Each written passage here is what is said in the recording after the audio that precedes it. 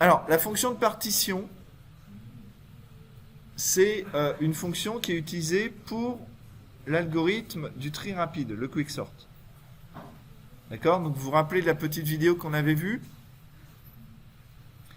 Ce qu'on fait, c'est on a un espace de recherche, un espace qu'on souhaite trier, et qui est délimité par des indices début et fin, pareil. On va choisir une valeur arbitraire dans cet espace de recherche. Et dans cet espace, toutes les valeurs qui sont plus petites, on va les mettre sur la gauche. Toutes les valeurs plus grandes sur la droite. Et entre ces deux ensembles de valeurs, on va mettre la valeur pivot qu'on avait sélectionnée. Cette valeur pivot, on va la placer à un certain indice, mais vous comprenez que dans le cadre d'un algorithme de tri, alors ce pivot, cette valeur qu'on aura placée entre les valeurs qui sont toutes plus grandes et plus petites, sera, par rapport aux autres, bien placée dans un tri.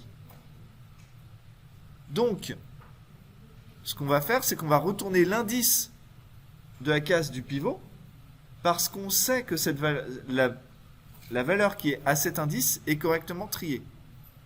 Ce qui va nous permettre, après, dans l'algorithme du tri rapide, d'appeler la fonction partition récursivement sur la partie gauche et sur la partie droite de notre espace. D'accord? Donc là, vous avez un exemple de tableau en entrée, avec 1, 2, moins 1, 7, voilà. Et on va partir de l'indice 4, et on va aller jusqu'à l'indice 10. Alors on ne part pas de la valeur 4, hein. On part de l'indice 4. Donc 0, 1, 2, 3 et 4. On va commencer ici.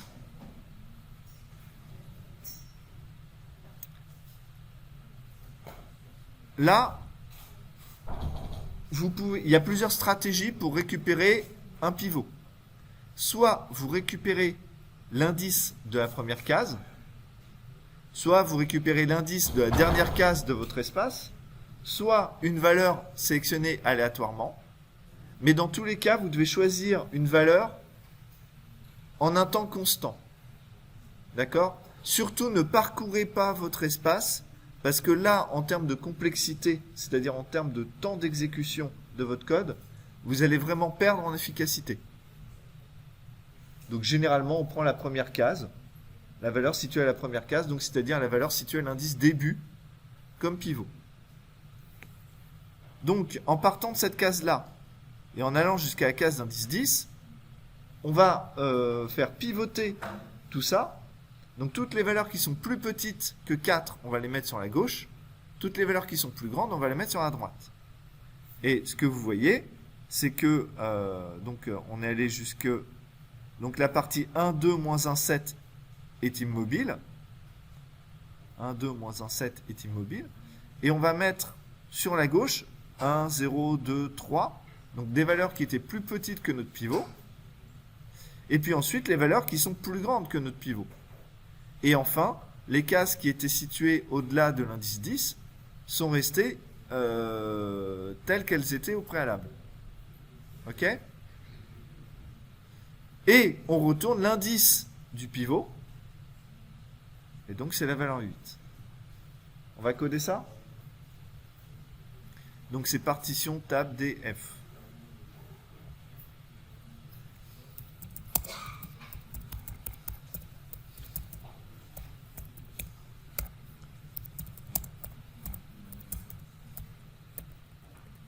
Alors, je ne vais pas coder une version ultra intelligente de la chose. On va utiliser des tableaux temporaires.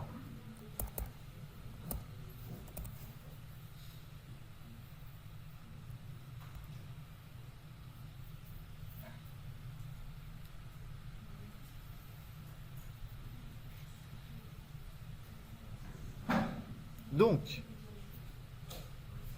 oui, je peux agrandir. C'est assez? C'est bon ou encore? Encore une fois? Voilà.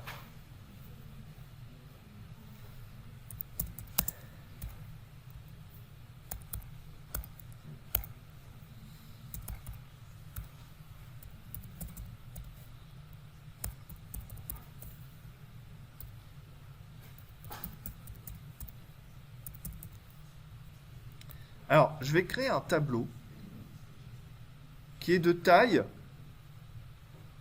mon espace de recherche. D'accord? Dans ce tableau, je vais placer les différentes valeurs. Donc, je vais sélectionner un pivot. Toutes les valeurs qui sont plus petites, je vais les placer de la gauche vers la droite. D'accord? Donc, je vais avoir un compteur qui va partir de 0 et qui va augmenter de 1 en 1. Chaque fois que je trouve une valeur dans mon tableau initial, je vais l'ajouter à mon tableau, je vais augmenter le compteur. De la même manière, chaque fois que je vais rencontrer une valeur plus grande que mon pivot, je vais la placer à l'extrémité droite et je vais décrémenter un autre compteur.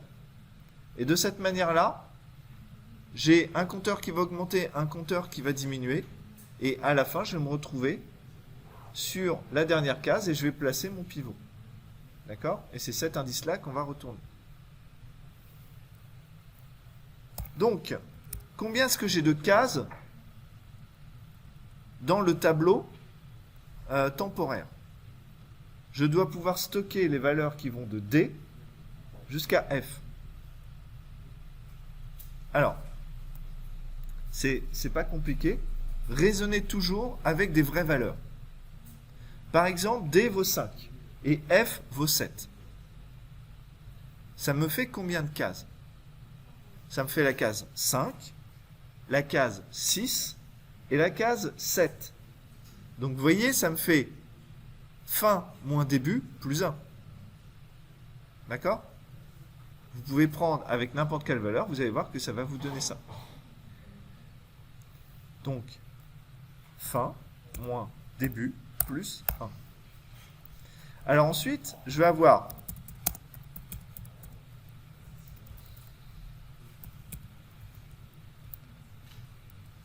je ne vais pas l'appeler début.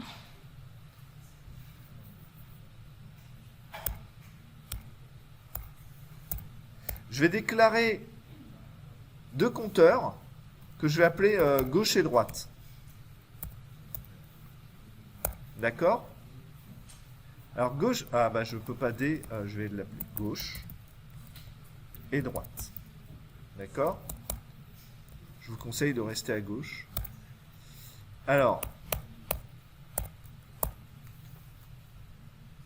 la case début, elle sera d'indice 0. La case fin, elle sera d'indice combien?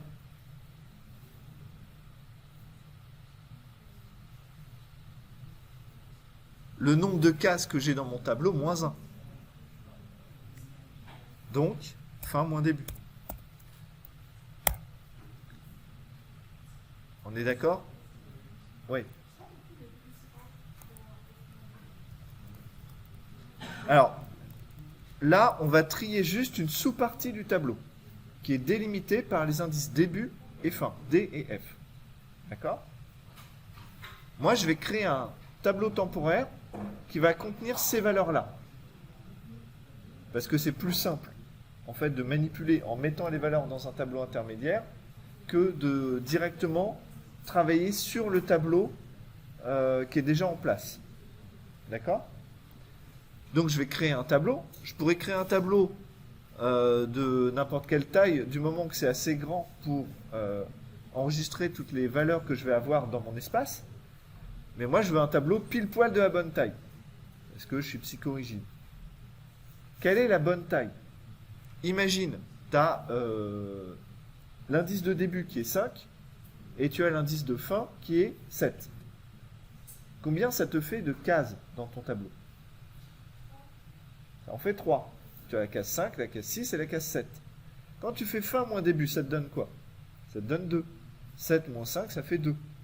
Donc tu vois que le différentiel entre les deux, bah, ça te donne la bonne valeur à un près.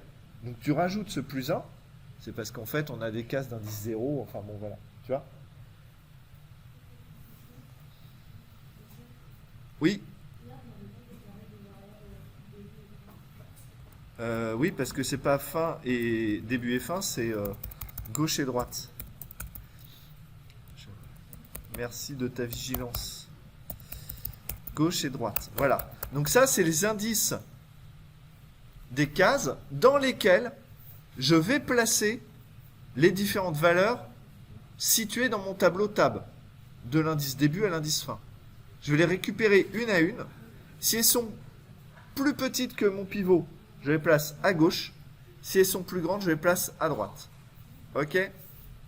Alors, comment on va faire?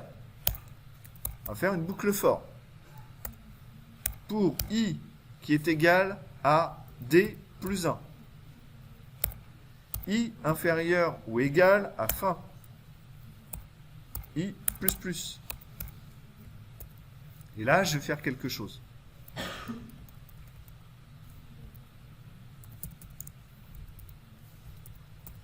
Alors, je déclare une variable que j'appelle i pivot pour indice pivot et qui est égal à d. C'est-à-dire que l'indice de mon pivot, ça va être la première case de mon espace que je souhaite manipuler. D'accord? Oui. Oui. Alors,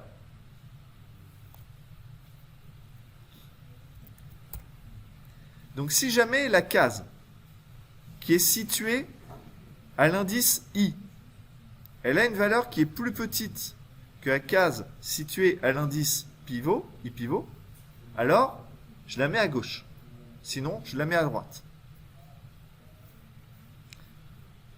Et juste, je vérifie ce que je dis dans le cas des valeurs qui sont égales.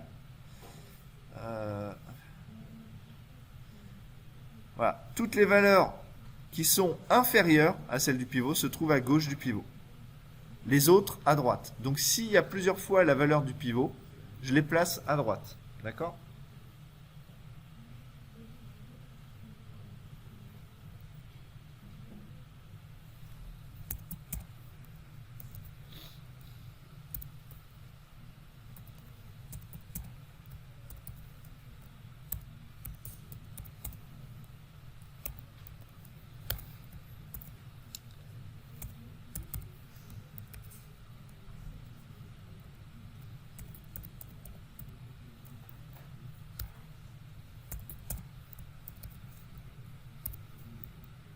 Donc je viens de placer une valeur sur la gauche de mon tableau temporaire.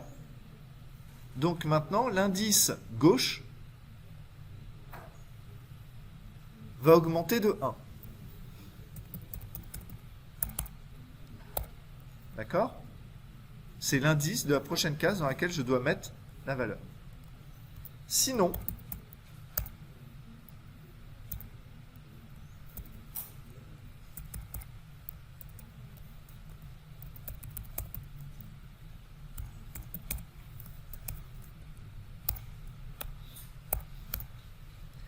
je le mets sur la partie droite de mon tableau et je diminue le compteur de 1. D'accord?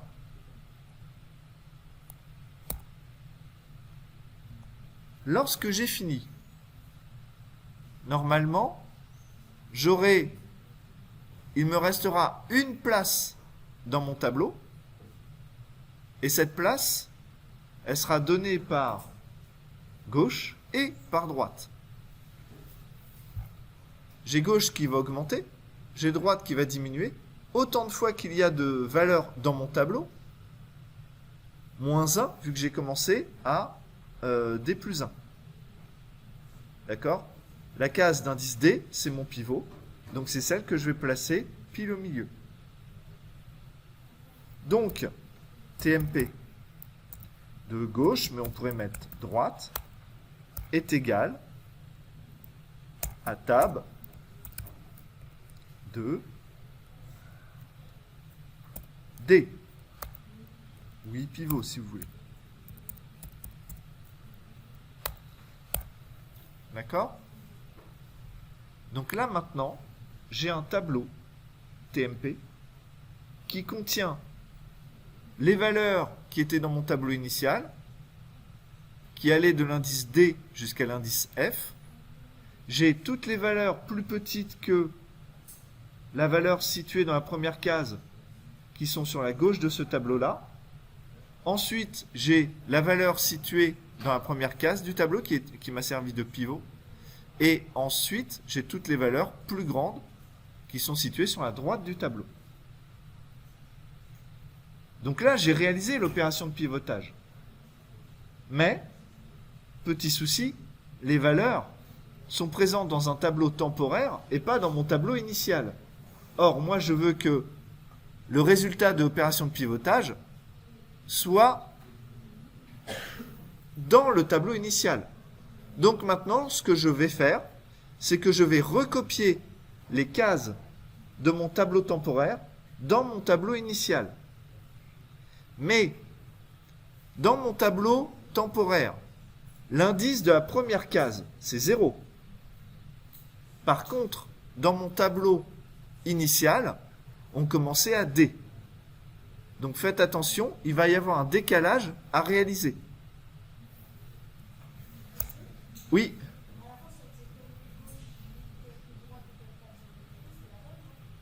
Pardon? Oui. Tu as le compteur gauche qui augmente, tu as le compteur droit qui diminue, et à la fin, ils sont égaux. Et il te donne l'indice de la case dans laquelle tu dois mettre ton pivot. Et d'ailleurs, on va sauvegarder l'indice du pivot dans mon tableau temporaire. D'accord? Sinon, on va perdre cette information-là en le recopiant. Donc, I pivot est égal à gauche. Maintenant, pour I qui est égal à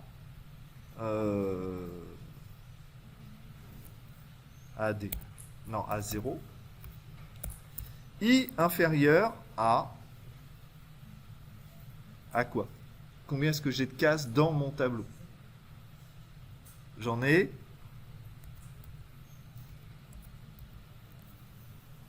ça, c'est le nombre de cases que j'ai dans mon tableau.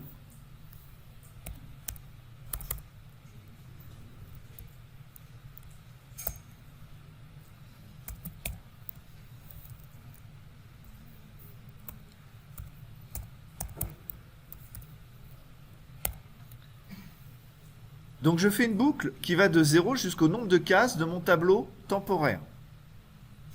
Je vais donc mettre ici dans TMP, je prends la case d'indice I. Je vais d'abord prendre la case 0, puis la case d'indice 1, puis la case d'indice 2, etc., etc. La première case, la case d'indice 0, je vais la mettre dans mon tableau, dans la case d'indice D. D'accord? Parce qu'il y a un décalage. Je remets au bon endroit dans mon tableau initial. Donc je vais faire tab de D initialement. Mais le coup d'après, la case d'après, je vais mettre la case d'indice I qui vaut 1 dans la case D plus 1. On est d'accord? Donc en fait ici, l'indice de la case dans laquelle je mets, c'est D plus I. En fait, je prends la case d'indice I dans mon tableau temporaire et je la mets dans la case d'indice I plus D dans mon tableau initial. Et ça va résoudre le problème du décalage. Et une fois que j'ai terminé, je dois retourner l'indice du pivot. L'erreur extrêmement fréquente, et je suis le premier à me prendre les pieds dans le tapis quand je le fais, c'est de retourner I pivot. Le problème, c'est que si on retourne l'indice du pivot, on retourne l'indice du pivot dans le tableau temporaire, pas l'indice du pivot dans le tableau initial. Or, il y a un décalage de D dans le tableau initial. Donc, quand vous retournez votre pivot, vous retournez I pivot plus D. C'est ça l'indice du pivot dans votre tableau initial. Pourquoi? Pardon? Plus D? Alors, regarde, ici. Quand j'ai terminé de recopier les valeurs qui étaient plus petites, enfin de faire mon opération de partition. J'ai fait mon opération de partition dans le tableau temporaire. Donc, à la fin, au milieu, dans l'espace qui reste, c'est-à-dire à l'indice gauche ou droite, comme tu veux, j'ai placé mon pivot. Donc l'indice de mon pivot à ce moment-là, c'est gauche ou droite, c'est la même chose. Mais c'est ça l'indice de mon pivot. Mais c'est l'indice du pivot dans le tableau temporaire. Mais après, ce tableau temporaire, je le remets dans le tableau initial. Avec un décalage en partant de l'indice début. Donc, l'indice du pivot dans le tableau initial, il a été décalé de D. Donc, je retourne I pivot qui correspond à l'indice du pivot dans le tableau temporaire, plus D, pour prendre en compte le décalage. Et justement, tu vois, ça, ce truc-là, c'est vraiment...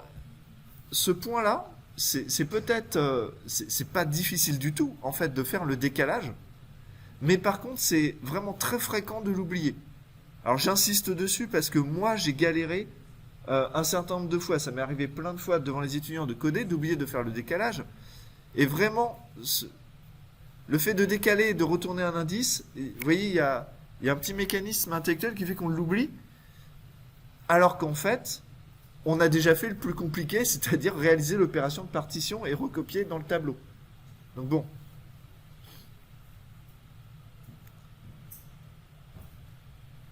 Alors, je vais juste vérifier que ça compile, que j'ai pas... Ouais, ça compile en tout cas. Alors maintenant, on va vérifier que l'opération de partition fonctionne. Et le plus simple pour vérifier que l'opération de partition fonctionne, c'est d'écrire la fonction quicksort. La fonction quicksort,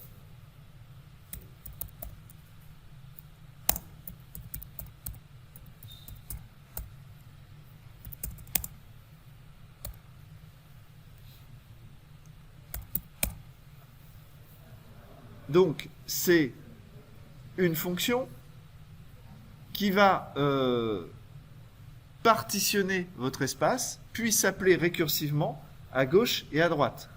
D'accord ?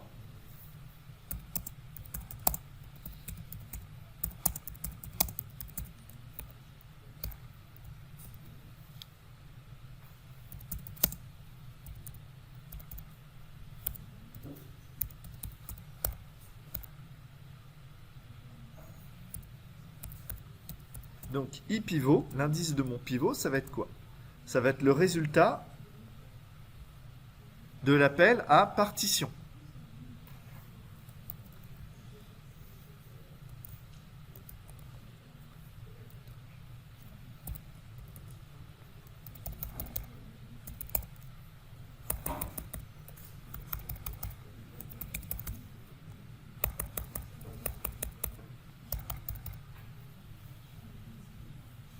D'accord? Donc là, on va partitionner l'espace qui va de début jusqu'à fin.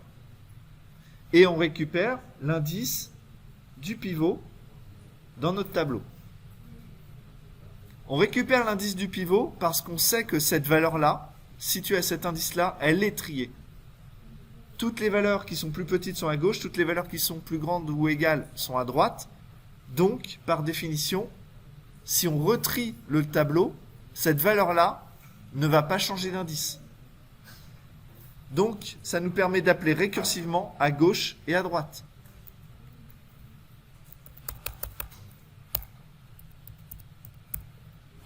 Quicksort, donc on passe le tableau, virgule, début, jusqu'à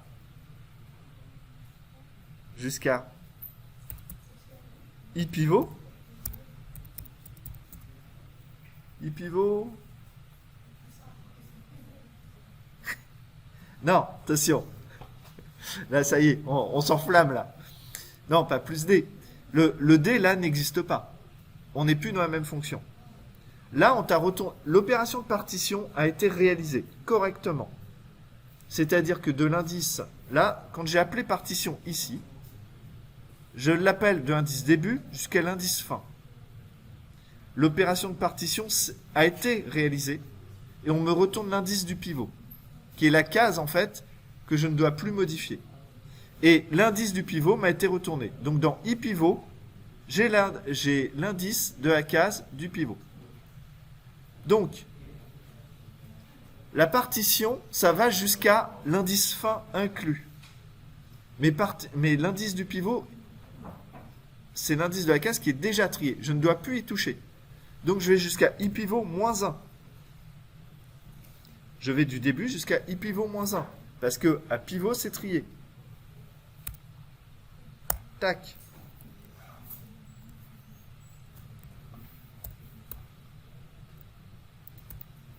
Et j'appelle récursivement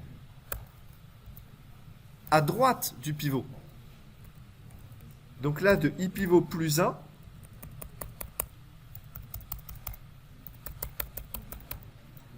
jusqu'à fin. Et là, il me manque juste une chose, laquelle? Le cas d'arrêt. Vous voyez qu'à chaque étape, soit l'indice de début augmente, soit l'indice de fin diminue, strictement. Donc au bout d'un moment, ils vont se croiser. C'est encore la même histoire que tout à l'heure. On va appeler récursivement tant que début est inférieur à fin. Si jamais début est supérieur à fin, on s'arrête. Bon, bah, tout ça, si début est inférieur ou égal à fin, alors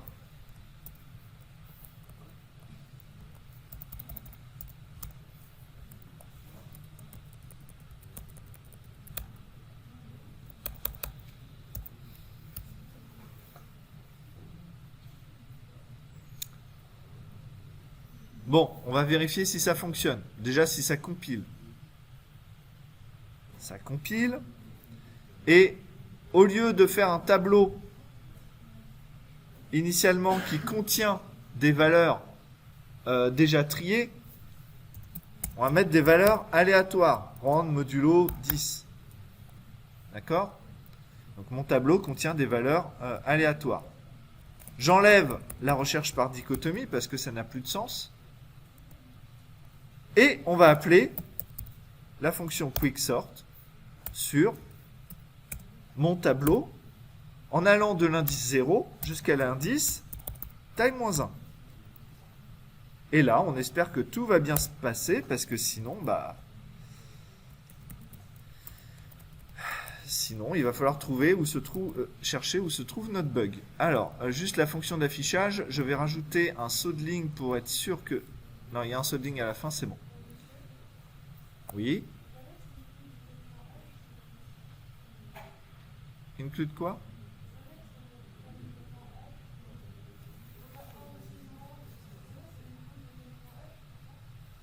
Rand, c'est dans stdlib, hein, il me semble. Ouais, je suis jamais sûr. Bah là, en tout cas... bon, parfois, sur ces histoires d'include, il arrive que les compilateurs vous incluent automatiquement les bonnes librairies quand vous les oubliez. J'ai pas l'impression d'avoir mis ces options, donc je pense que ça doit être dans stdlib. Maintenant, à vérifier, parce que... voilà. Alors, juste, je relance, et après, il y a votre camarade qui avait une question, là, j'ai vu. A priori, ça fonctionne. D'accord? Parce que là, mon tableau est correctement trié. Donc, comme j'ai appelé récursivement à gauche et à droite, c'est que le pivot était bien placé à chaque fois, que mon opération de partition s'est bien déroulée. Alors, une erreur fréquente qui peut vous arriver, parce que ça, je le vois souvent chez les étudiants, testez toujours votre code. Hein. Vous devez le tester. Si jamais vous avez des valeurs aberrantes qui apparaissent dans votre tableau une fois qu'il est trié, d'accord, des valeurs qui sont vraiment bizarres, trop grandes ou plein de zéros qui apparaissent, c'est que vous devez aller taper dans une case mémoire trop loin, jusqu'à fin plus 1 ou un truc comme ça. Et donc là, comme vous êtes en train d'essayer de trier un tableau, si vous allez prendre la case qui est juste après, vous allez la faire remonter dans votre tableau et ça va être un peu n'importe quoi. Tu avais une question? Non? Non? Ok. Ah, j'entends pas, je suis désolé.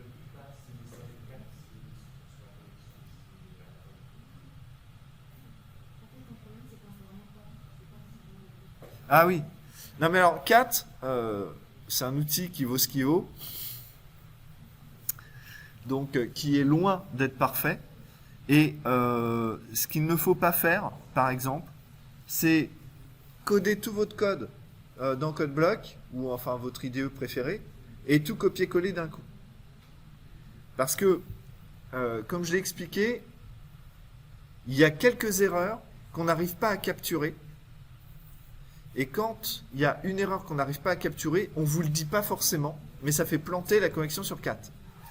C'est pour ça, par exemple, si vous essayez de mettre tout votre code d'un coup, vous arrivez et ça vous met tout en bleu.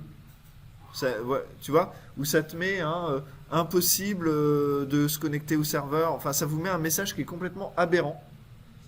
Et ça, généralement, si je suis assez sûr de moi, mais c'est pas catégorique, il est possible que ce soit un chemin d'exécution qui ne retourne pas une valeur. Donc pour savoir quelle est la fonction qui plante, vous devez mettre vos fonctions une à une, les ajouter une à une. D'accord? Essaye, et puis si jamais ça...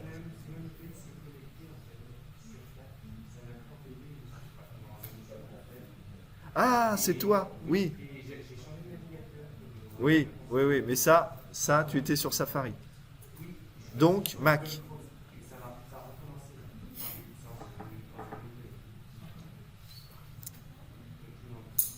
On verra après.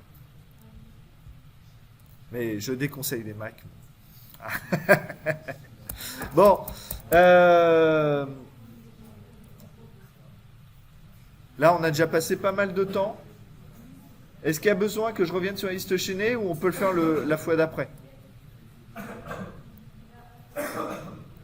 La fois d'après? Ça vous va? Ok. Alors. Bon, j'espère avoir été clair sur ces explications-là. Je vais faire juste une vidéo avec ces deux fonctions-là, dichotomie et puis quicksort. D'accord? Alors maintenant, bien sûr,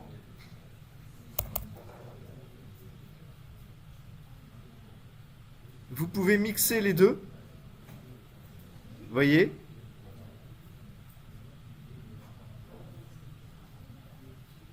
Et comme ça, bah, vous pouvez rechercher des tableaux dans un tableau qui a été généré aléatoirement, puis trié. Et vous cherchez si la valeur est présente. Et là, la valeur 5 n'est pas présente. Donc, je vais chercher la valeur 7, par exemple.